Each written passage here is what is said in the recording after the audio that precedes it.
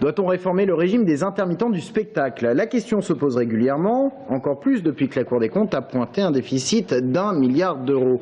Mais le rapport parlementaire fait état d'une toute autre analyse. Le coût de ce système, qui permet de faire vivre 100 000 intermittents du spectacle, serait bien moindre. Ce sont 70 000 personnes qui toucheraient régulièrement des indemnisations et le déficit ne serait que de 300 millions d'euros. Écoutez Jean-Patrick Gilles, le député de Tours et le rapporteur de la mission d'information parlementaire sur les métiers artistiques. Il a présenté ses conclusions ce matin.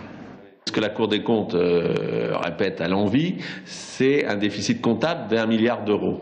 Mais je ne suis pas pour raisonner sur ce chiffre-là, parce que je dis, admettons qu'on n'est pas d'accord, donc on arrête le dispositif. Vous ne faites pas une économie d'1 milliard d'euros, vous faites une économie de 300 millions. C'est-à-dire que le surcoût de ce dispositif, c'est 320 millions d'euros. Et au regard du poids économique que représente ce secteur, moi je dis que ça peut être acceptable à partir du moment où on arrive à l'encadrer, qu'on ne soit pas dans une dérive, et ce n'est pas le cas, et même à faire des économies justement en luttant contre les abus, contre les dérives et contre les cumuls excessifs.